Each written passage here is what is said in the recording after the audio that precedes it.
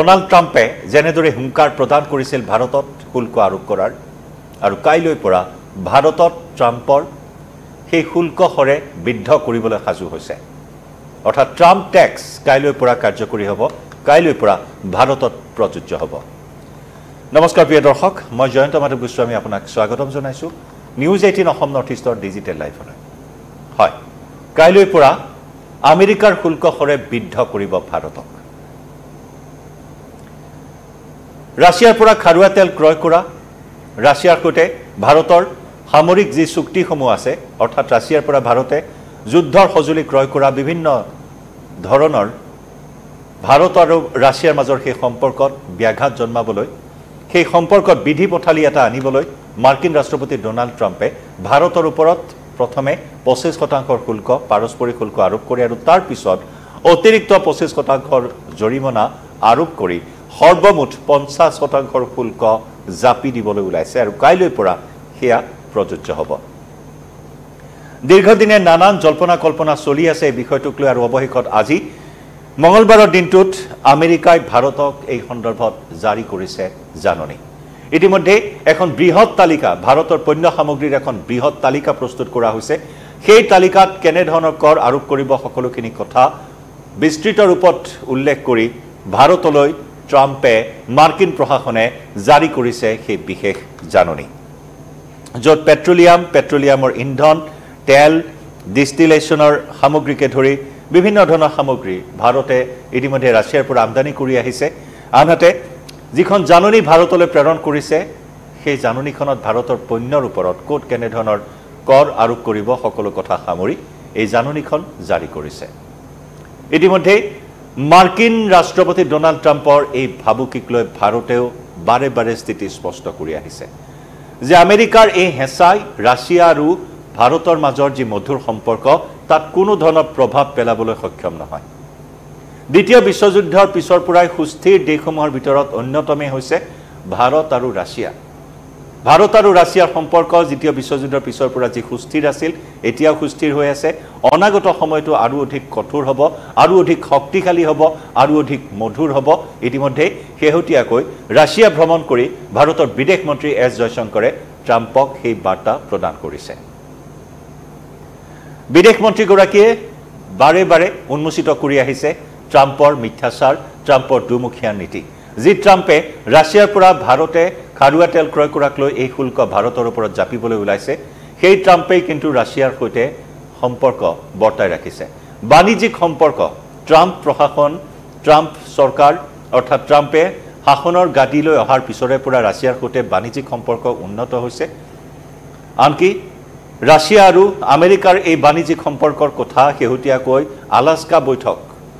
Russia ইউক্ৰেইনৰ যুদ্ধ বন্ধ কৰিবৰ বাবে আলাস্কা যিখন বৈঠকৰ আয়োজন কৰা হৈছিল সেই বৈঠকতো এই কথা প্ৰকাশ পাইছিল ৰাছিয়া আৰু আমেৰিকাৰ মাজৰ সেই বাণিজ্যিক সম্পৰ্ক ৰাছিয়াৰ পৰা কেনে ধৰণৰ সামগ্ৰী আমেৰিকাই আমদানি কৰি আহিছে ইউৰেনিয়ামৰ পৰা আৰম্ভ কৰি বিভিন্ন ধৰণৰ সামগ্ৰী ৰাছিয়াৰ পৰা সাৰৰ পৰা আৰম্ভ কৰি বিভিন্ন সামগ্ৰী আমেৰিকাই ক্ৰয় কৰি আহিছে এইখিনি কথা ভাৰতে বাৰে বাৰে উন্মোচিত কৰি আহিছে ৰাছিয়া ভ্ৰমণলৈ যোৱা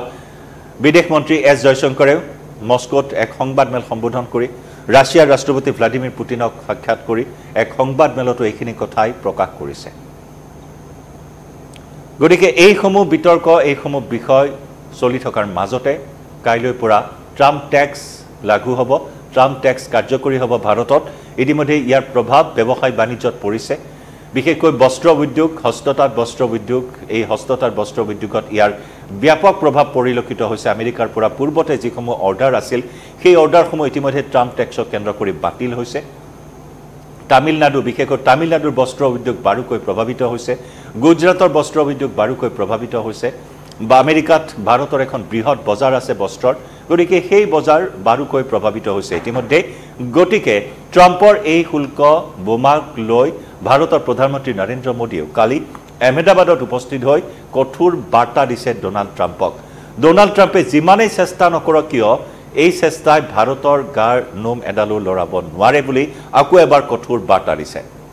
দশক ধৰি চলি অহা ৰাছিয়া আৰু ভাৰতৰ মাজৰ সম্পৰ্ক কোনো পধ্যেই বিঘ্নিত কৰিব নোৱাৰে যিমানেই হেঁচা প্ৰয়োগ নকৰক কিয় সিমানেই ভাৰত আৰু ৰাছিয়াৰ সম্পৰ্ক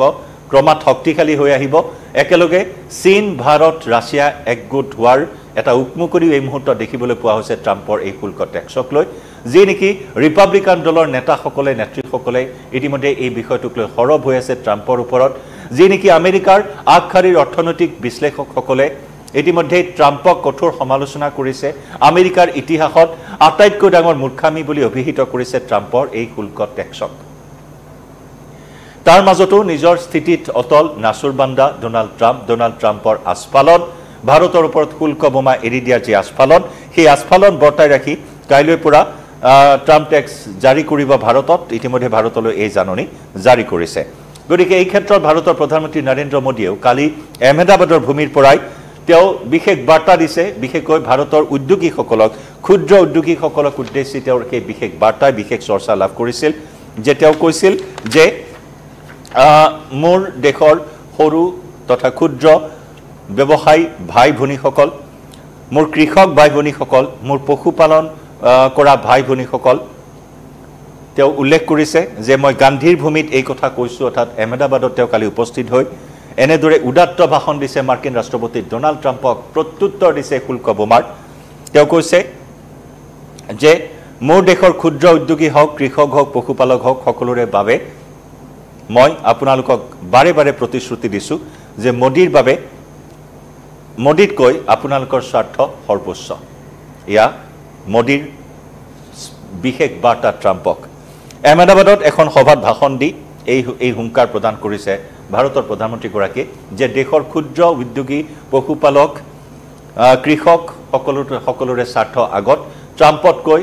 দেশৰ ক্ষুদ্ৰ উদ্যোগীসকলৰ স্বাৰ্থ আটাইতকৈ ওপৰত যিমানে হেঁচা নাথাকক কিয় ট্ৰাম্পৰ শুল্ক 50% শুল্ক জাৰি কৰাৰ এই প্ৰাক মুহূৰ্তত প্ৰধানমন্ত্ৰী মোদীৰ এই শক্তিশালী বাৰ্তা যে ক্ষুদ্ৰ উদ্যোগী কৃষকক সহায় কৰা প্ৰতিশ্ৰুতি তেওঁ প্ৰদান কৰিছে মোৰ চৰকাৰে কেতিয়াও ক্ষুদ্ৰ উদ্যোগী কৃষক পশুপালকসকলৰ কোনো ক্ষতি হ'বলৈ নিদিয়ে এই আশ্বাস প্ৰদান কৰিছে যিমানে হেঁচা নাহক কিয় আমি সহ্য কৰিব পৰা শক্তি বৃদ্ধি কৰি যাম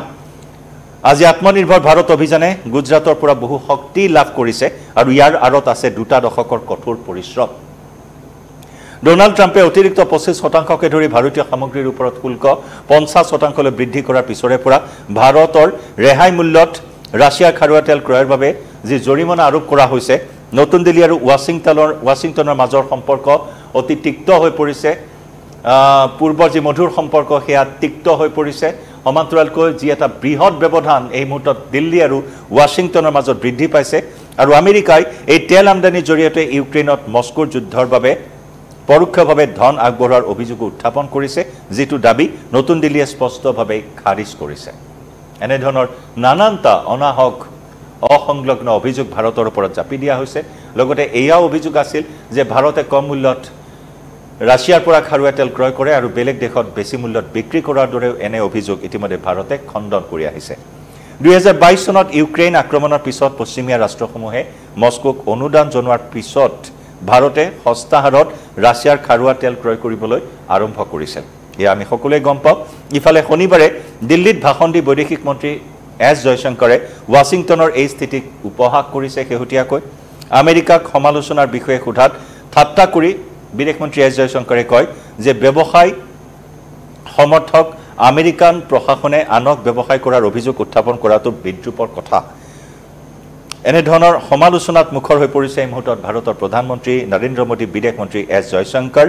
গতিকে তেল ক্ৰয় কৰা এটা বিষয় এটা ইস্যু কৰি লৈ কেনেদৰে আমেৰিকাই ভাৰতৰ ওপৰত এই শুল্ক বোমা জাপি দিবলৈ ওলাইছিল আৰু সেই নিজৰ স্থিতিত অটল থাকি সেই ট্ৰাম্পে এতিয়া ভাৰতৰ ওপৰত কাইলৈ পৰা এই শুল্ক খৰ মাৰিবলৈ ওলাইছে এই শুল্ক খৰত ভাৰত বিদ্ধ হ'ব যদি ভাৰতৰ প্ৰধানমন্ত্ৰী নৰেন্দ্ৰ মোদী যথেষ্ট আত্মবিশ্বাসী কঠোৰ উত্তৰ ইতিমধ্যে তেওঁ দিছে কালি মহাত্মা গান্ধীৰ ভূমিৰ পৰাই গতিকে এই হেঁচাই ভাৰতক তলাব নোৱাৰে দেশৰ ক্ষুদ্ৰ ব্যৱসায়ীসকলৰ স্বাৰ্থ আগত ৰাখি ইতিমধ্যে ভাৰতে বিশ্বৰ অন্যান্য দেশৰ সৈতে বাণিজ্যৰ দুৱাৰ খুলি দিছে ৰাছিয়াৰ সৈতে আৰু অধিক বাণিজ্যিক প্ৰসাৰতাৰ ওপৰত গুৰুত্ব প্ৰদান কৰিছে চীনৰ সৈতে বাণিজ্যিক দুৱাৰ খুলি দিছে চীনৰ সৈতে প্ৰত্যক্ষ বিমান চলাচল হ'ব চীন ভ্ৰমণলৈ যাব ভাৰতৰ প্ৰধানমন্ত্ৰী নৰেন্দ্ৰ মোদী 31 আগষ্ট 1 ছেপ্টেম্বৰ